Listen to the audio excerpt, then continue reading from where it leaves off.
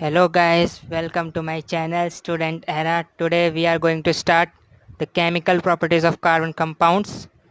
So basically इसमें तीन points हैं, तीन केमिकल प्रॉपर्टीज हैं, वो हमें पढ़नी है। ठीक है, पहली केमिकल प्रॉपर्टी इसमें आती है हमारी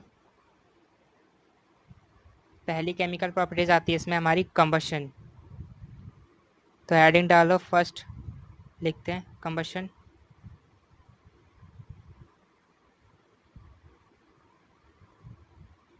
और इसको बर्निंग भी बोल सकते हो, ये ठीक है। तो सबसे पहले मैं बता देता हूँ कि कंबशन होता क्या है, उसकी डेफिनेशन लिखा देता हूँ यहाँ पे। The process of burning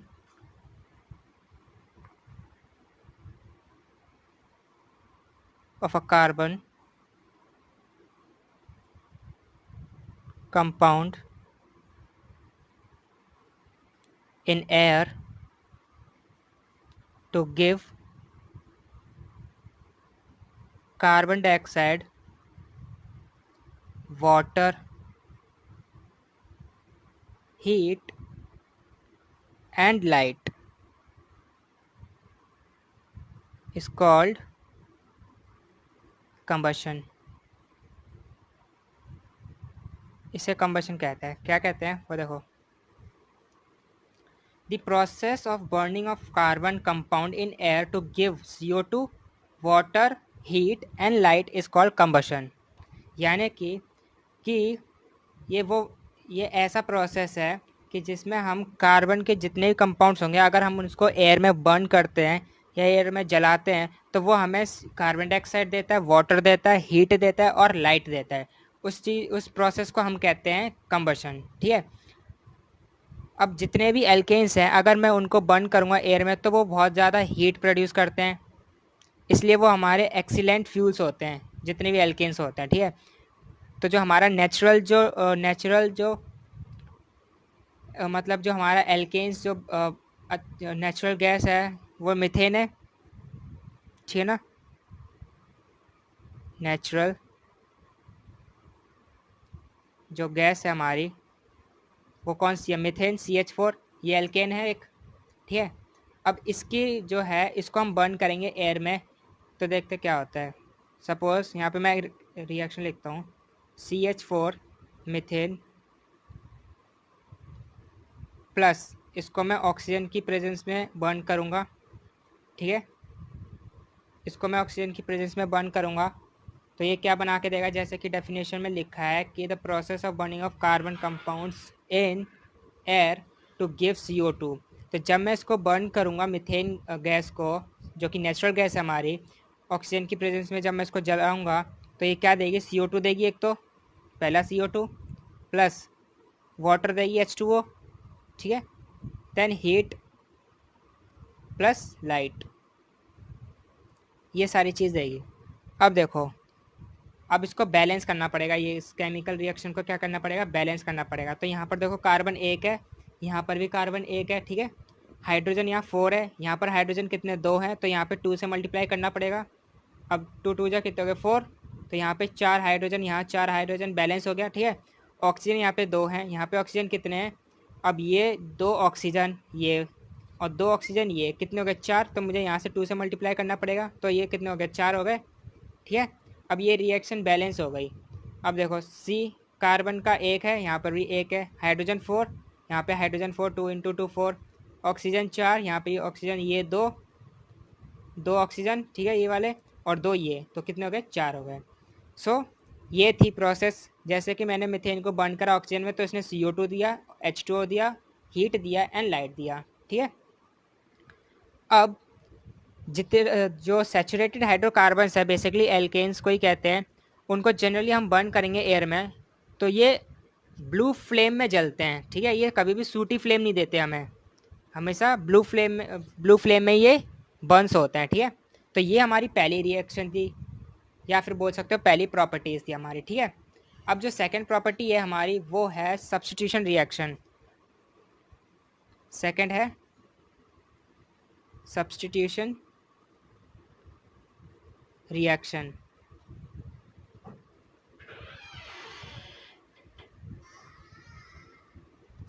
second ये है, ठीक है। अब सब्स्टिट्यूशन रिएक्शन, अब नाम जैसे कि नाम से ही पता चल रहा है, किसी को हम सब्स्टिट्यूट करेंगे यहाँ से, ठीक है, इस रिएक्शन में। तो सब्स्टिट्यूशन रिएक्शन क्या है कि जो सब्स्टिट्यूशन जो है ये बेसिकली हमें किस में देखने को मिलते हैं, ये हमें सैचुरेटेड हाइड्रोकार्बन्स में देखने को मिलती है। सैचुरेटेड हाइड्रोकार्बन मतलब जिसमें सिंगल बॉन्ड कंटेन हो उसमें, ठीक है। सो सैचुरेटेड जो हाइड्रोकार्बन्स है उसमें बेसिकली ये सब्स्टिट्यूशन रिएक्शन होता है, ठीक है। किसके साथ? क्लोरीन के साथ। ये सब्स्टिट्यूशन रिएक्शन जो है सैचुरेटेड हाइड्रोकार्बन के साथ होगा, वो भी किसके साथ? With chlorine. क्लोरीन के साथ करेंगे हम। सैचुरेटेड जितने भी एल्केन्स होंगे उसका रिएक्शन जो है हम क्लोरीन के साथ कराएंगे in the presence of sunlight.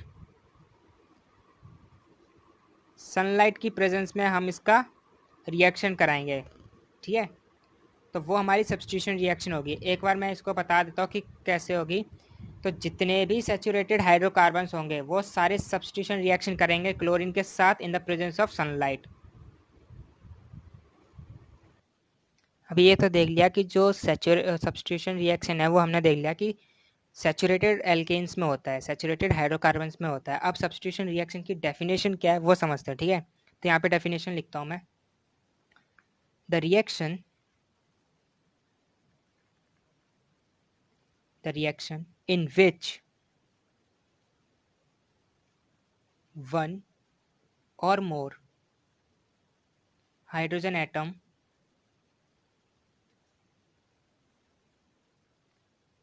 of a hydrocarbon are replaced by some other atom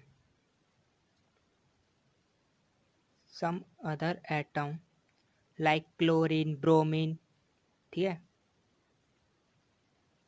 is called substitution reaction, is called substitution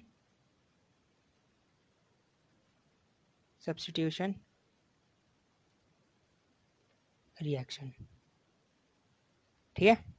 अब मैं एग्जांपल लेता हूँ, जैसे कि मैं सब्स्टिट्यूशन रिएक्शन कराऊंगा मीथेन की क्लोरीन के साथ। किसकी कराऊंगा? एग्जांपल ले रहा हूँ, मीथेन की कराऊंगा विद क्लोरीन, ठीक है, क्लोरीन के साथ कराऊंगा। अब जैसे कि मैंने एग्जांपल ले लिया CH4। CH4 हमारा क्या है? मीथेन है, ठीक है, ये ले लिया। इसकी रिएक्शन मैं कराता हूँ क्लोरीन के साथ, Cl2 के साथ। ये हमारा मीथेन है, ये क्लोरीन है, ठीक है। और किसके प्रेजेंस में कराऊंगा? सनलाइट की प्रेजेंस में। तो ये क्या करेगा कि यहाँ का एक हाइड्रोजन लेगा, ठीक है, यहाँ का एक क्लोरीन लेगा, और ये दोनों मिलकर HCl बाहर बना लेंगे। बाहर बन गया ये HCl। अब यहाँ पे कितने बचे हाइड्रोजन? 3 बचे हैं, तो CH3 और यहाँ का एक क्लोरीन मिलके बनाएंगे CH3Cl। ये है क्लोरोमीथेन। इसका क्या नाम है? क्लोरोमीथेन, या फिर बोल सकते हैं मिथाइल क्लोराइड, ठीक है। ये तो क्लोरोमीथेन है और ये हाइड्रोजन क्लोराइड है।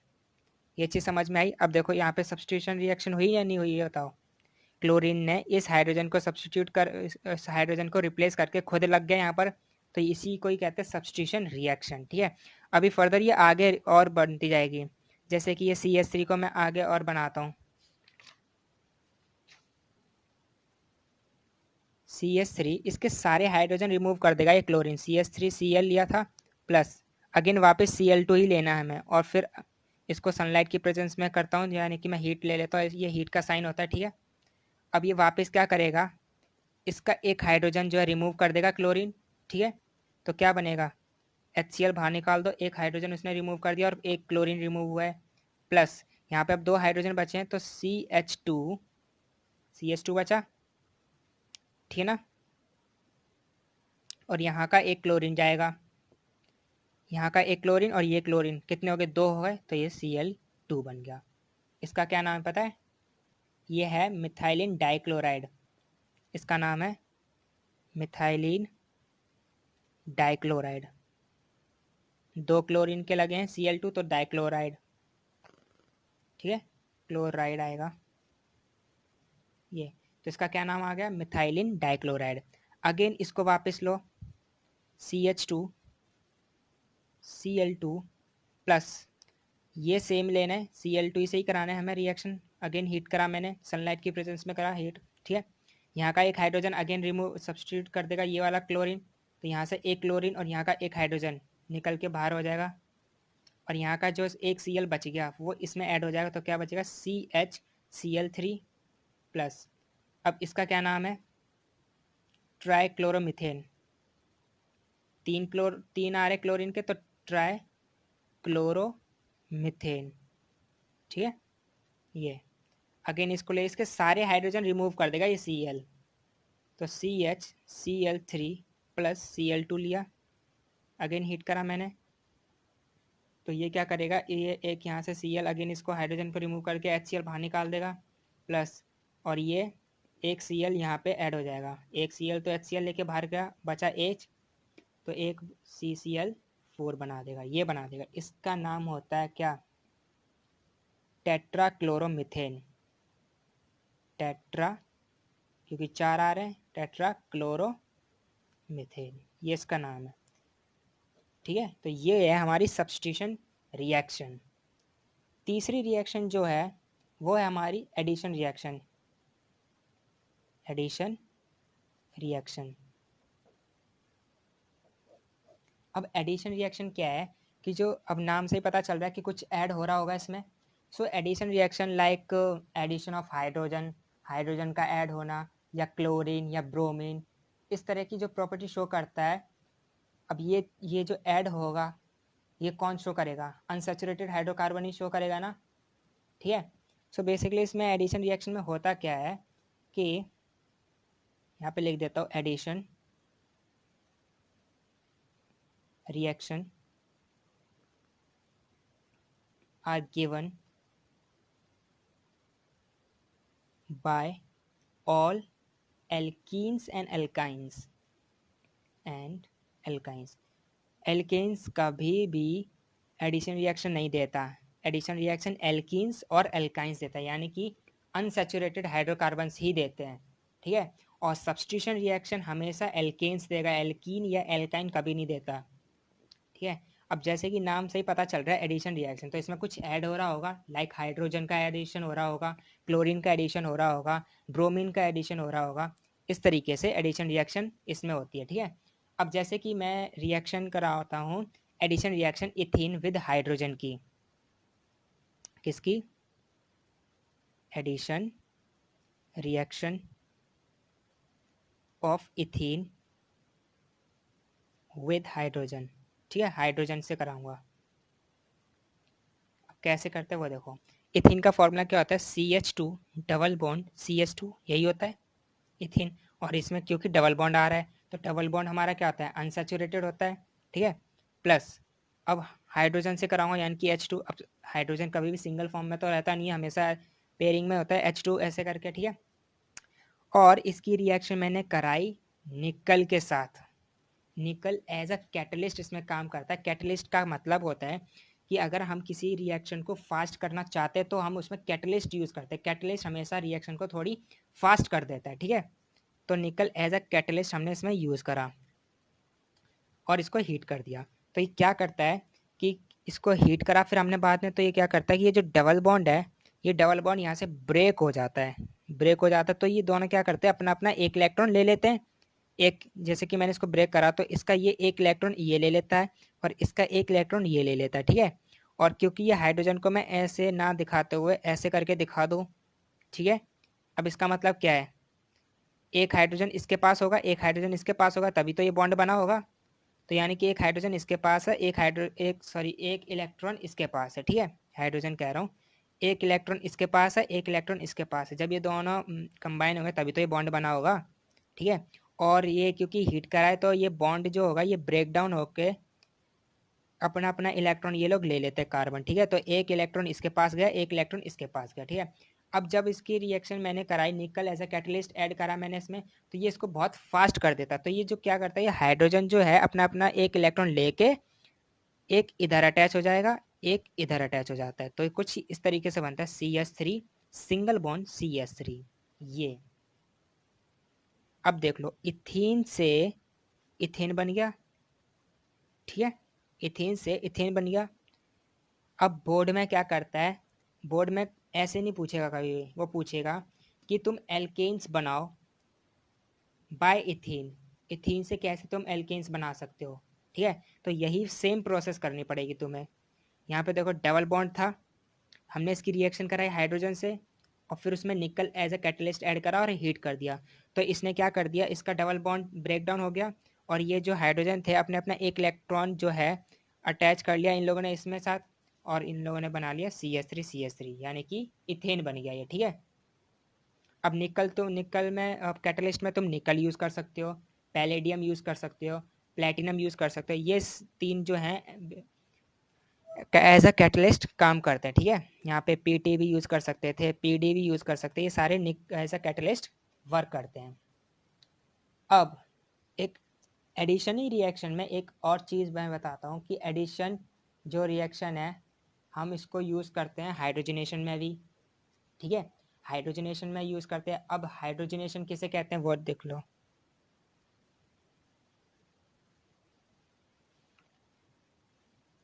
हाइड्रोजनेशन देख लो किसे कहते हैं, ये बहुत इंपॉर्टेंट है, बोर्ड में पूछी जाती है, ठीक है।